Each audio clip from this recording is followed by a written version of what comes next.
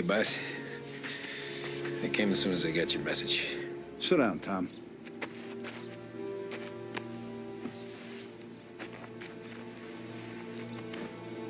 We have a mole, Tom. No. Who? I was up all night driving myself nuts trying to figure it out. I started thinking maybe it's one of our guys. We aren't paying his fair share. Someone with a light wallet. Maybe looking to Morello for a new suit. Frank wasn't around, so I went to the safe to get the account books. To see who's getting cents on the dollar he's earned. What do you know? The books are gone, Tom. Frank. More than 50 years I've known him. Everything I have, I got with Frank.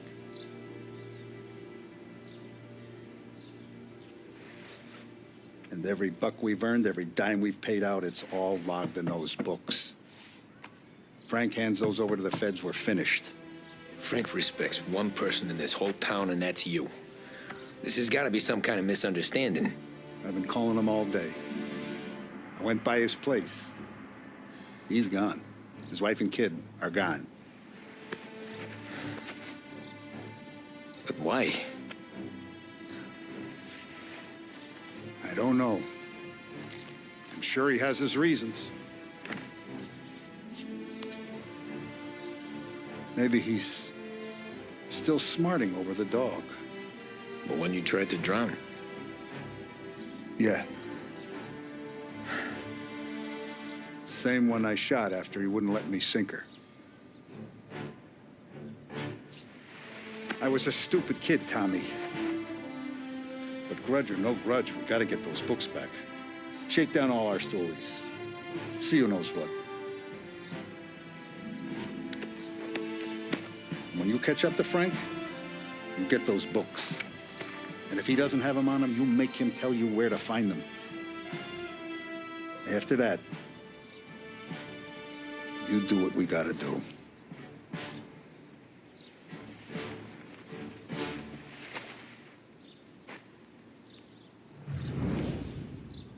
Vincenzo's waiting for you with a clean car.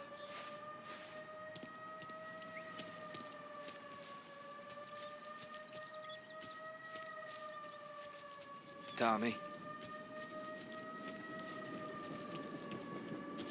Tough you gotta keep a lid on this town. Start with Biff, but don't give him nothing. I got you a clean set of wheels. And something special here, if you want it.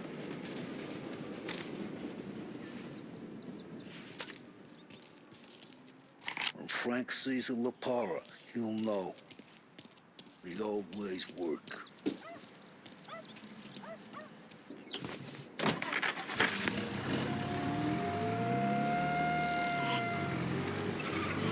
And now for the latest news. The Navy is today continuing its search for the remains of those brave souls lost aboard the airship USS Akron. The Akron was destroyed in a violent thunderstorm off the New Jersey coast Tuesday morning, with the loss of 73 of 76 aboard. The disaster stands as the worst aviation accident on record. Yesterday, one of the survivors, Lieutenant Commander Herbert V. Wiley, spoke to members of the press and gave a brief account of the tragedy. He also spoke of the survivors' rescue by the German tanker, Phoebus. President Roosevelt has described the loss of the Akron as a national disaster. Right away.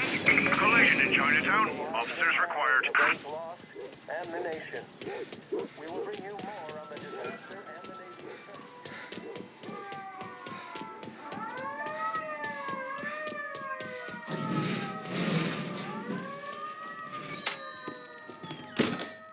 Tommy, what's the rumpus?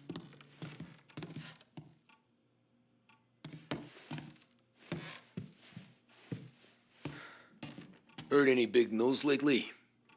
Something that Don might want to know. It depends. What's it worth to you? $20. How about 40? All right, spill. The FBI's in town. They're getting something from Morello, but I don't know what. How'd you hear? Little Tony got some guy drunk in the Black Cat and drove him home. Heard a bunch of stuff, so he's the guy you want to see. Okay. Thanks.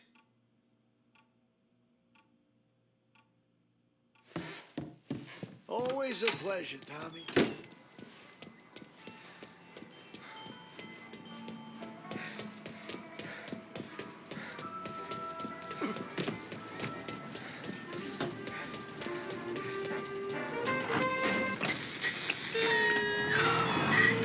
Welcome to a WLH Sports Report. There's a sense of anticipation as we await the start of the big game. Our very own Lost Heaven Lancers are out on the road, deep in enemy territory as they take on bitter rivals, the Empire Bay Cannons. This year's Gold Series is shaping up to be one of the best on record, with both teams matching one another blow for blow. Despite the Cannons' home field advantage and an early lead in the series, the Lancers have bounced back and have really taken their rivals to task. Many of the plaudits and column inches have been dedicated to one man. Lancers pitcher Bunny Smith is one of this year's standout performers. And with this series tied at 3-3, he may well be the key man that brings the Wistman Trophy back to Lost Heaven. But doing so will be no easy task, as standing in his way is opposition captain, Jack Seidel. Fifth inning of Game 5 turned events in favor of the Empire Bay team. Victory was canceled out by the Lancers in Game 6, and we now have a powder keg finale that is sure to have everyone glued to their radios. Can Bunny Smith bring it home for Lost Heaven, or will the Cannon's towering redhead have the final say? WLH 570 Lost Heaven Radio will carry live coverage of the final game of the Gold Series, and we hope you'll join us in wishing our boys well. And now, back to some of the latest musical numbers.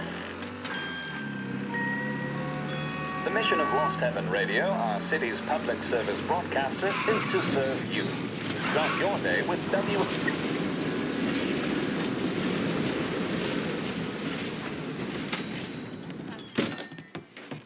Everything okay, Tom?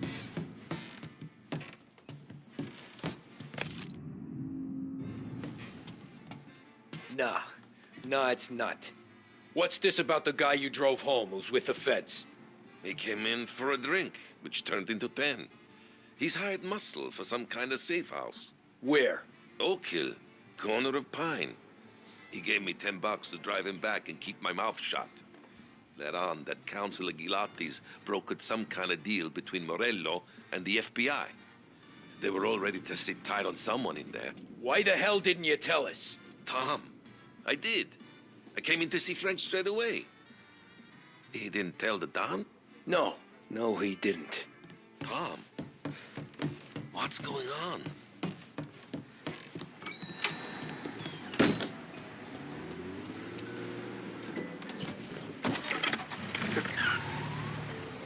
We return now to the coverage of Game 7 of the Gold Series. And by the looks of it, ladies and gentlemen, we'll be underway any minute now.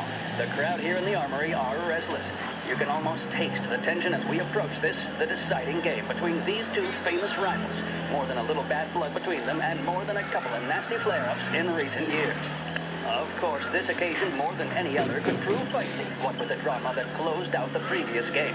That, of course, saw the Lancers win to tie the series, and it's not often Empire Bay and Lost Heaven can boast the game's best current hitter and pitcher, respectively. I refer, of course, to Foghorn Seidel, the man mountain with a shock of red hair, and Lancers star Bunny Smith.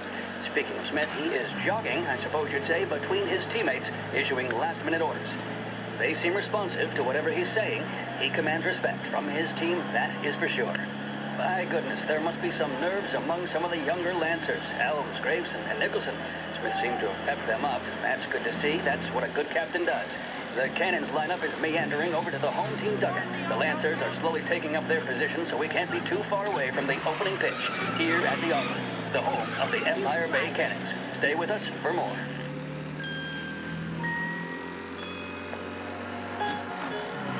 Feeling blue? Then reach for a blue. A big break blue, that is. A cigarette guaranteed to satisfy, relax, and fortify. Big break blue. Let your troubles go up in smoke.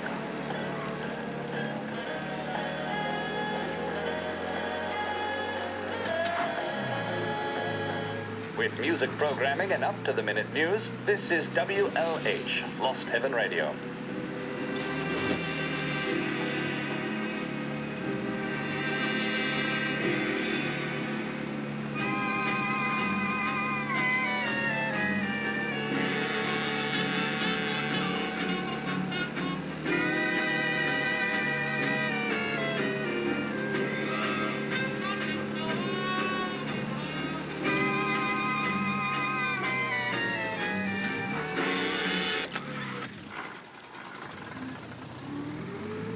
Looks like the place.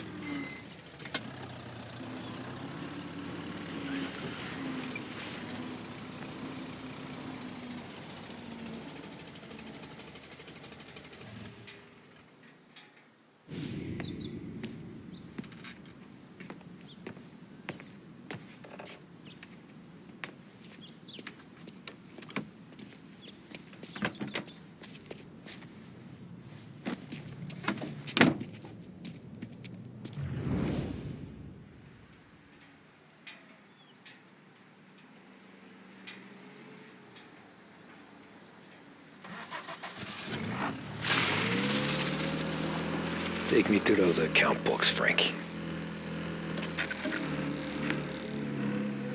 And we return now to coverage what could be the final play of this game and the series between the Lost Heaven Lancers and the Empire Bay Cannons.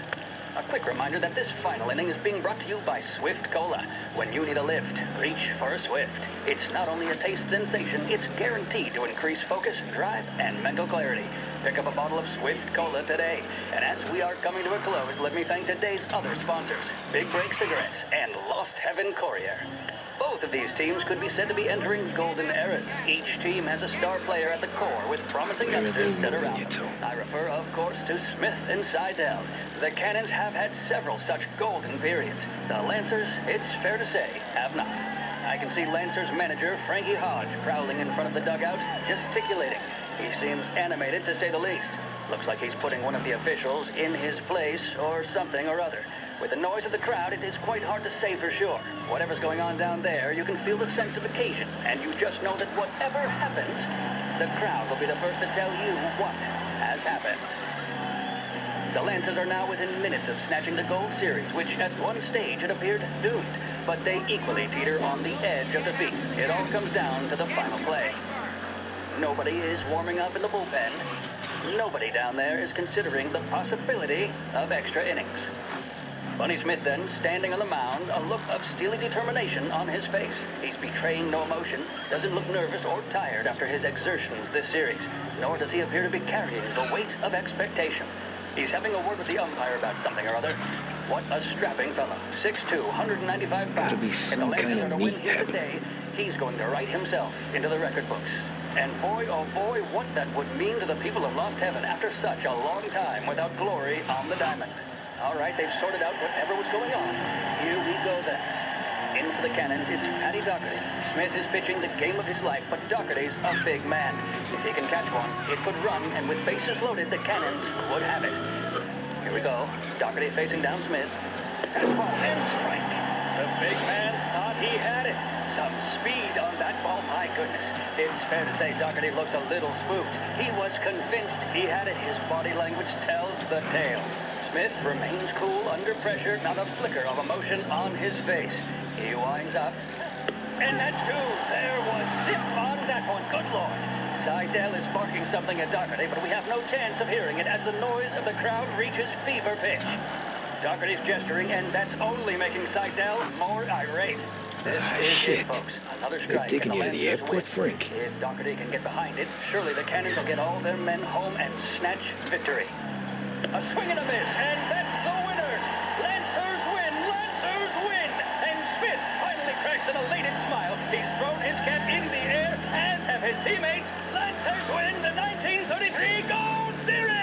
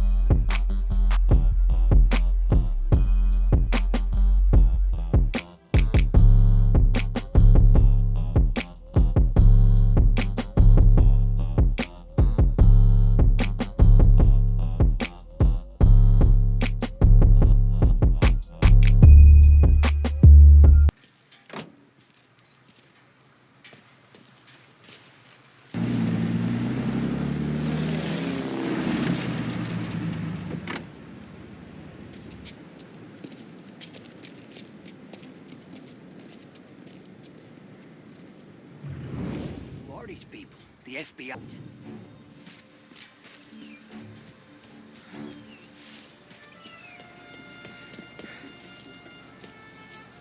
Hey, Cop, how long is this gonna take?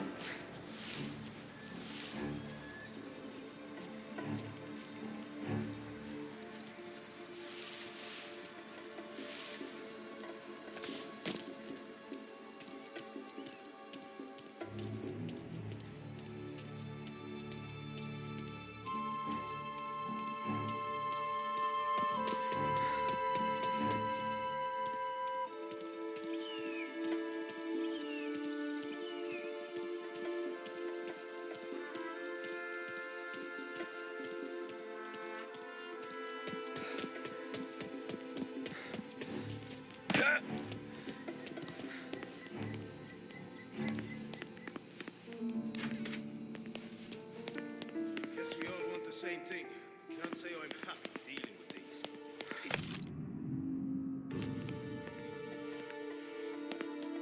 He's some kind of gangster. Why the hell isn't he being flown out by the feds?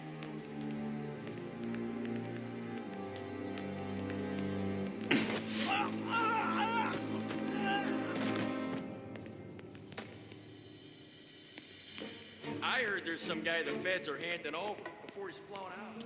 Morello hasn't the honor to even show his face. For a rat like you? Nah. Get in the car.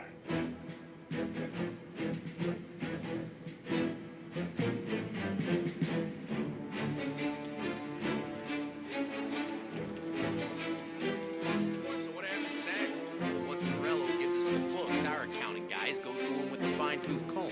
Yeah, but once You looking for trouble? guys fly the coop before we're done, That's why we'll round them up. In charge. sick of him.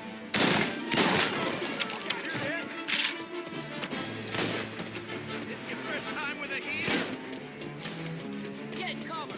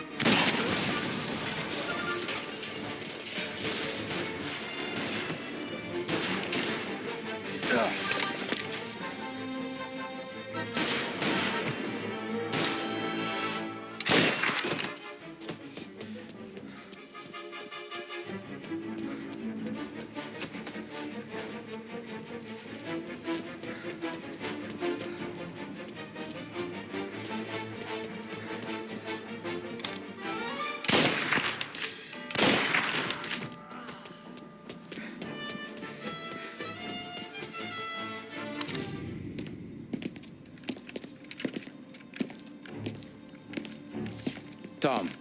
Frank, the Don sent me. I figured as much. I'm sorry it had to be you, Tommy. Anything you want me to tell him? I wish it could have shaken out better, but Morello finally came after me. It's okay. You can come out.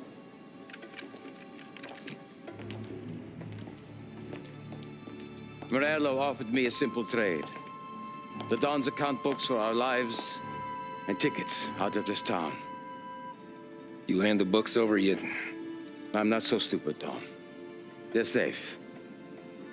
Morello is waiting for this. It's a key to a box in the Grand Imperial Bank downtown. I told Morello I'd hand it over after the plane was fueled and ready to go. His men were meant to fetch it before we left. I took care of them. Told them to get on a plane. Go on, March. Alice, get aboard. Frank, you're coming with us. Not right now, honey. Just get buckled in. Tommy and I, we have some serious business to discuss. But Frank... Get on the plane, March. For Alice. For me. Get on the goddamn plane, please.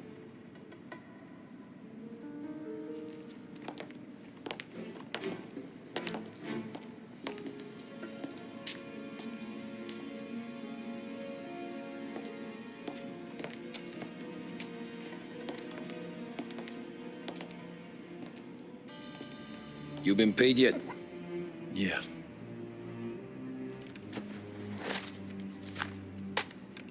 Now you've been paid twice. You take the ladies wherever they want to go. Yes, sir. Thank you, Tom. Christ, Frank. Why didn't you ask us for help? I guess I just wanted out. One way or the other. I'm tired, Tommy. Tired of lying to my wife. Tired of checking under my car every time I take a Sunday drive. And tired of waiting for the dawn to put two in my temple.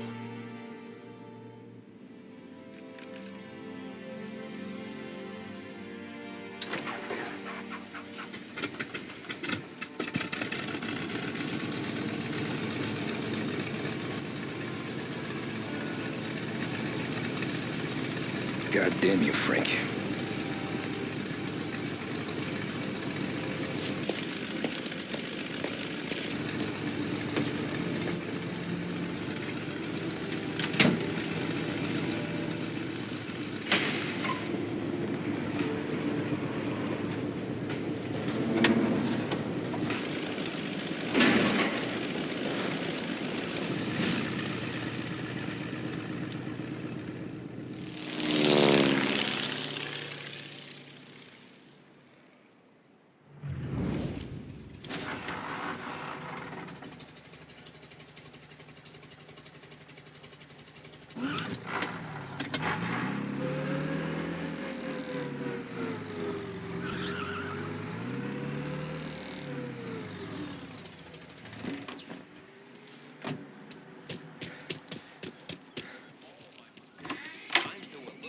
Good afternoon, sir.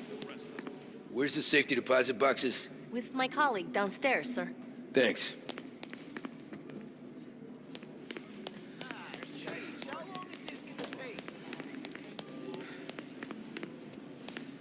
Beautiful day, huh? Uh-huh.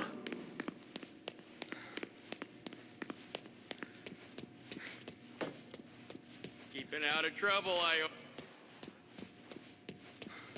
I need to access the deposit boxes for Frank Coletti. Ah, yes, Mr. Angelo? Yeah. Mr. Coletti said it might be you who came, and to provide access. Please, follow me.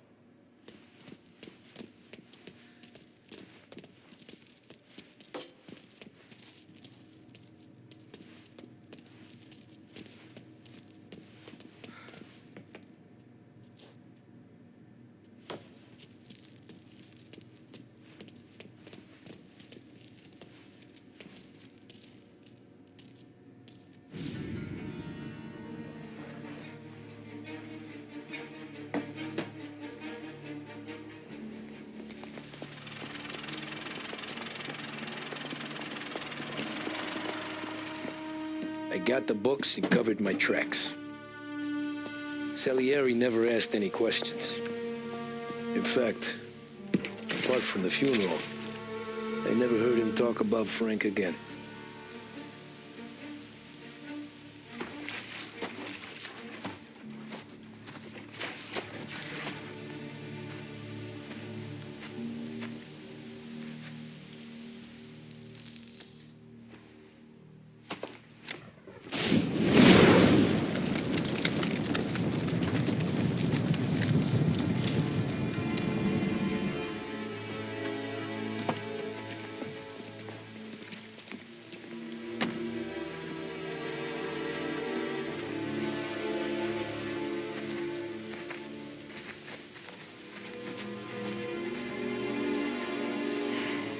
You're making my boys twitchy, Marcoux.